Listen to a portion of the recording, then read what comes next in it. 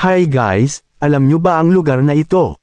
Sa hindi pa nakakarating dito, ito ay ang Baybay Beach Resort ng Dumanhog, Cebu. Para sa gusto mag-outang, family reunion, or mag-get together, itong lugar na ito ang may recommend ko. No parking fee sa lahat ng sasakyan, motorcycles man o kotse. Maluwag at malawak ang parking space nila. Ang entrance fee nila ay 30 pesos for adult, 15 pesos para sa mga bata.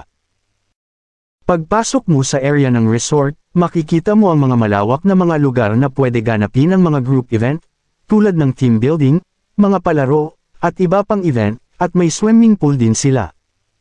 At dito makikita mo ang mga cottages nila, malaki at pangmaramihan na mga bisita.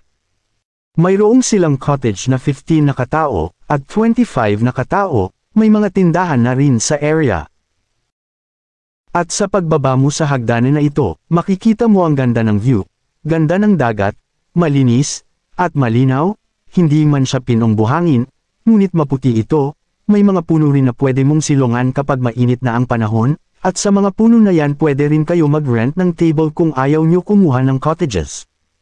Ang rent table nila ay 250 pesos only. Ito ang aming napiling cottage, good for 15 persons, at ang rent ay 800 pesos lang, malapit lang ang cottage namin sa dagat.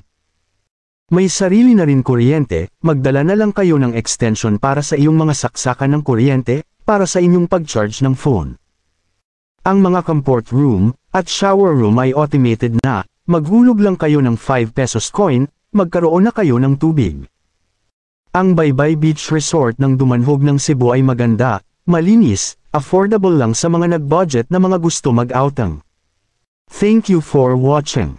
Please subscribe, support my video, like and share. Hanggang sa muli.